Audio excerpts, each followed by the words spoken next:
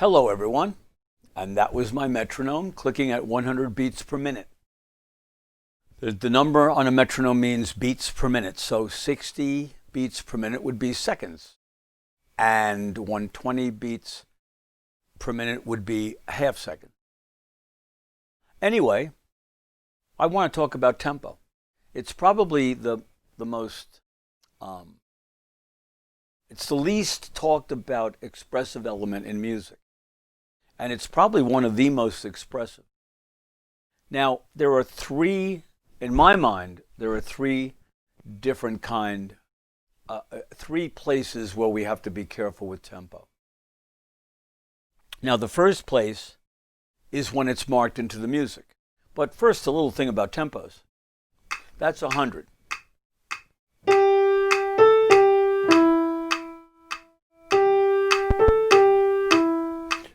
A little too fast for Silent Night.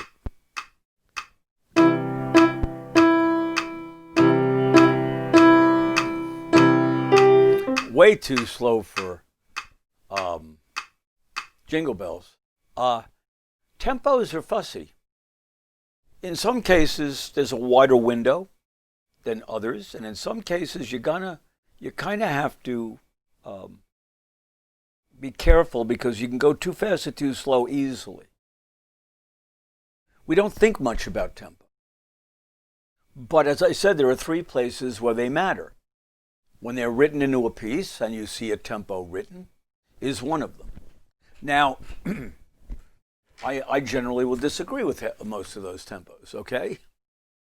Here's a good example of one just to show you the idea.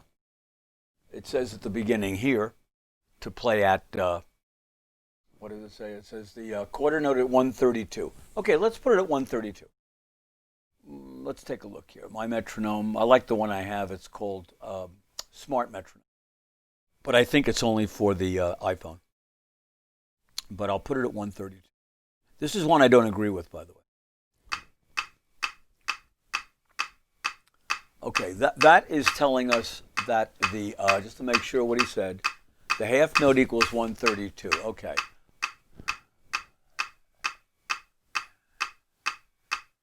No, I think it has to be the quarter note. If it was the half note, well, I'll do the quarter note. Yeah. Well, that one actually, if that's the, I swear he said the half note. That would never be the half note. So the quarter note's there. That's okay. I don't totally disagree with that.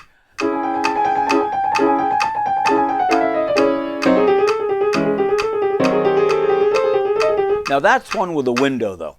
But to me, I consider that to be pretty brisk. There's an old saying or concept among pianists. How slow can you go and have it still work? Now that works, that tempo, but could I do it maybe at 120? And how bad is it at 120?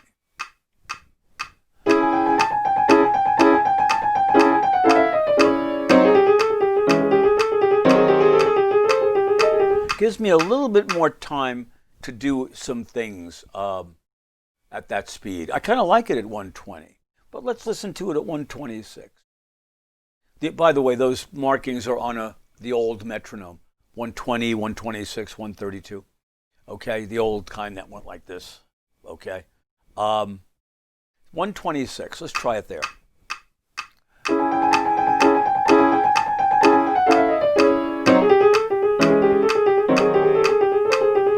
Okay, good. I like that one. I think 132 is pushing it a little bit.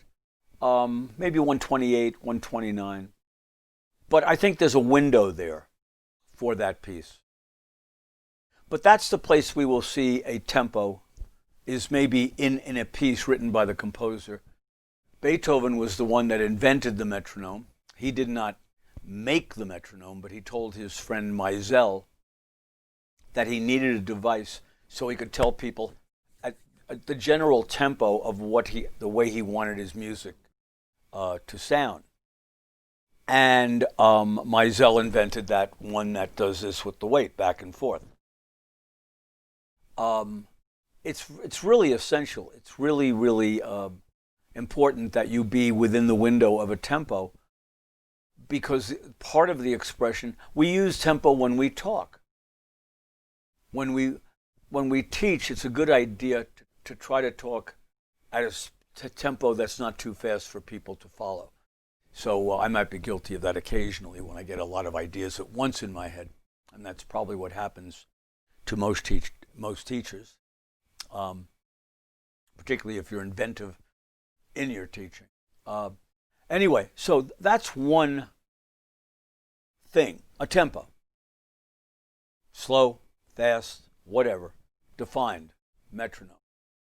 Metronome, that's on my phone now. But, okay, well, what's another one, Jeff? Well, we then get speeding up and slowing down. Now, those are very hard to control sometimes. They're called, for slowing down, it generally is a ritardando. And you'll see them, a couple right here in this piece. In fact, there's a ritardando right here. You can see the little rit, okay? And over here you see accelerando, which means to get faster, okay? Now, getting slower and faster is very subjective to a certain degree. If it says molto, it means do it a lot. And if it says poco, it means do it a little. So, can I give examples of that? Yeah, if we were to... okay, there's a great example, and that would be the end of Dewdrops. It starts rather slowly. Starts to pick up some tempo.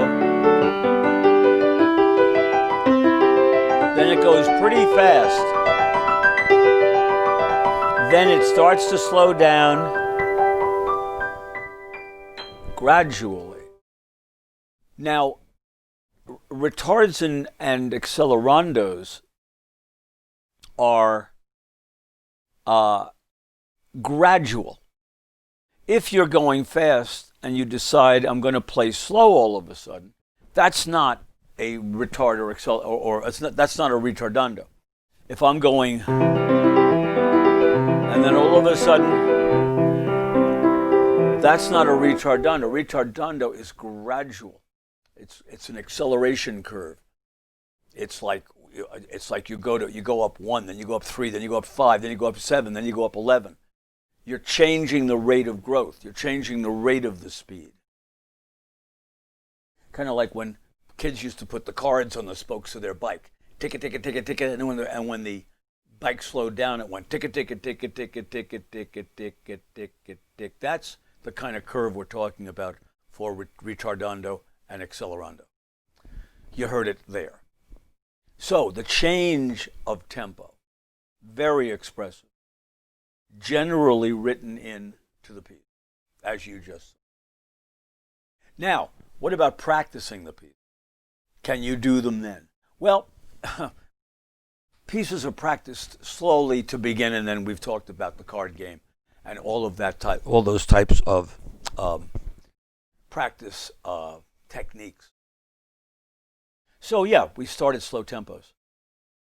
So you can basically do them as long as you can achieve the tempo you want to do the piece, at which you want to do the piece. So let's say the piece goes at 126, but your practicing only has you up to about 112. Well, you could practice the accelerando at a slower speed, but you can only make it up to 112. So you have to really achieve the tempos before you can really work with them properly. So a window for, well, we looked at this piece and we found a window between 120 and 132. That's subjective. That's very much, a great example is the Beethoven Moonlight Sonata. I've heard it played as slowly as...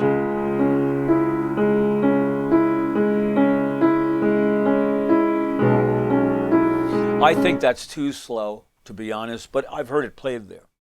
I've heard it played maybe as fast as...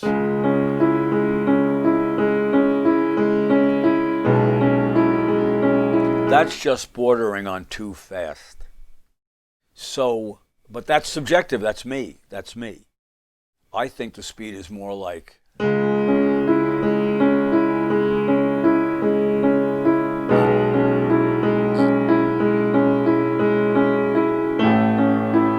Okay, again, subjective. But if you notice something while I was playing that, there is another time when we do accelerandos and ritardandos, are the basic two tempo change designation. And that's the music itself suggesting that something be done. I have some tempo changes be employed. It's no piece ever gets played metronomically. Even the most classical Mozartian type piece is not going to be in a rigid tempo. In fact, maybe in one of these days I'll show you the tempo changes. You know what? I'll post it tonight. I actually traced the tempo changes in my recording, my video recording of To a Wild Rose. And I put it on YouTube. I'll put it in the link tonight in the description on the YouTube video. Okay? Check that description. You can actually watch the tempos going by as I'm playing To a Wild Rose. They're all over the place. So that's what I want to talk about now. And maybe some reasons why we do it, even though it's not designated. I wrote a piece for kids called Fantasy Number 1. And this is the note, this would be it being played in very strict time.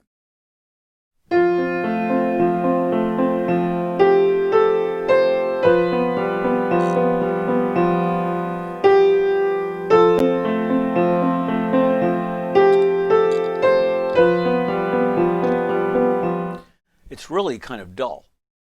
But it wasn't intended to be played in strict time.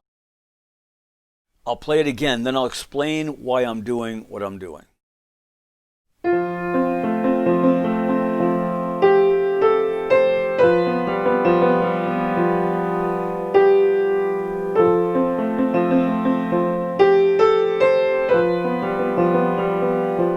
Okay, why am I, you might be able to hear it, I'm playing this accompaniment pattern, I'm going a little bit faster and slower during it. 1 and 2. I'll say the count as a first, then I'll play. 1 and 2 and 3 and 4 and 1.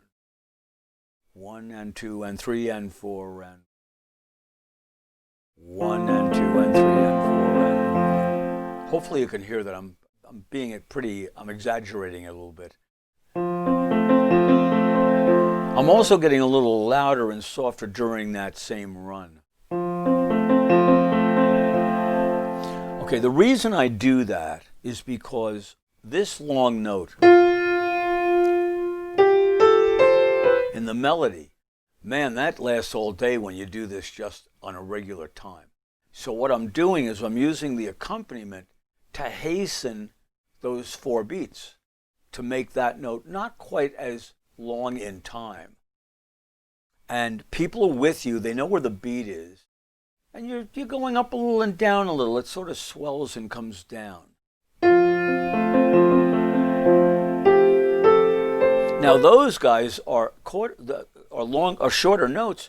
They move along nicely at the regular tempo. But this first note lingers too long, so I speed this up so that it shortens the time length of this note.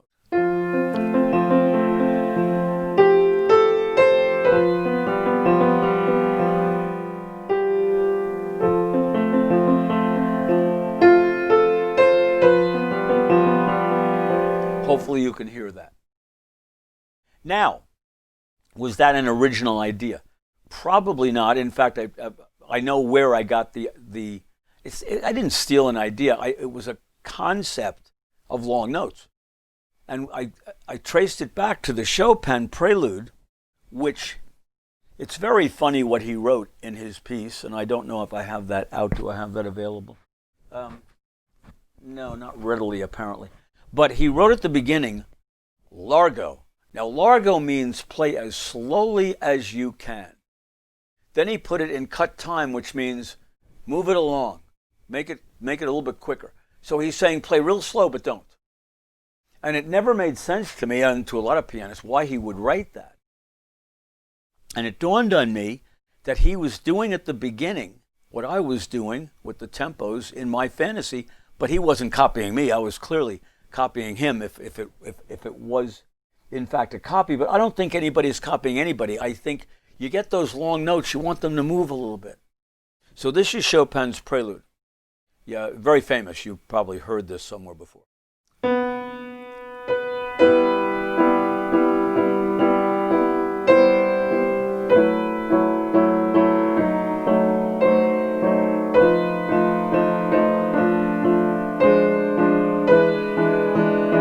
You can probably hear me doing it down here. Here, I'll play it at a fixed tempo.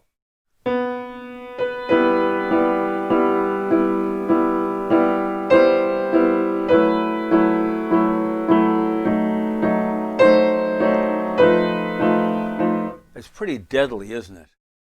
If I go faster, it's just totally against the nature of the piece. He said largo. But he said this, you got to do something to make those long notes a little bit shorter in time. So you can hear me down here.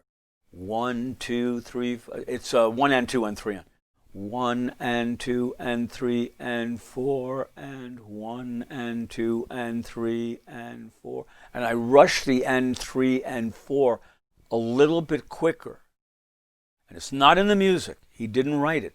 He would have had to have write excel and then ritardando, accelerate, ritardando, accelerate. He would have written it everywhere. But I think a musician just understands that. Hard for an orchestra to do. Real work for a conductor to keep the musicians together on that type of a tempo curve.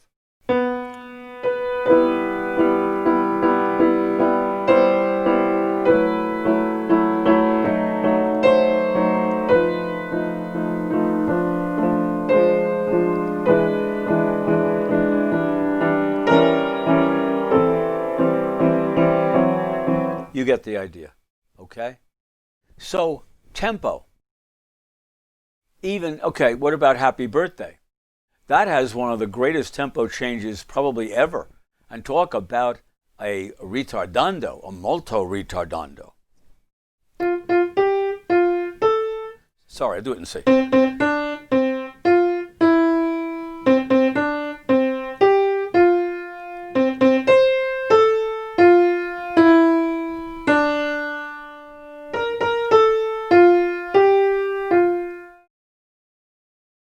Oh yeah, one thing, the a tempo marking means when you slow down, there'll either be a marking saying, okay, stay at this speed now, or you slow down like in Happy Birthday, you slow down to a point, then all of a sudden you go back to the regular speed. The marking for that is a tempo, and you'll see it in pieces all over the place. They'll say to slow a phrase down, but the Happy Birthday one is a famous one, and everybody knows just how to do that. All together. Happy birthday, dear whoever, and that big ritardando. Happy birthday, and right back to tempo again on the happy. So anyway, tempo, think tempo. Don't be, when we practice and we go slow, we're very aware we're not at the right tempo. But be careful of the tempo that you're playing at, and be careful where you would get, it would be nice to bend getting slower or quicker in certain parts. Generally, where there's more energy, you go quicker. Where there's less energy, you go slower. But it doesn't always work in tandem with the loudnesses. You can be going louder and slower. You can be going softer and faster. So generally, you think of it the other way around. So anyway, I hope this has been enlightening. Think tempo. And when words fail, music speaks.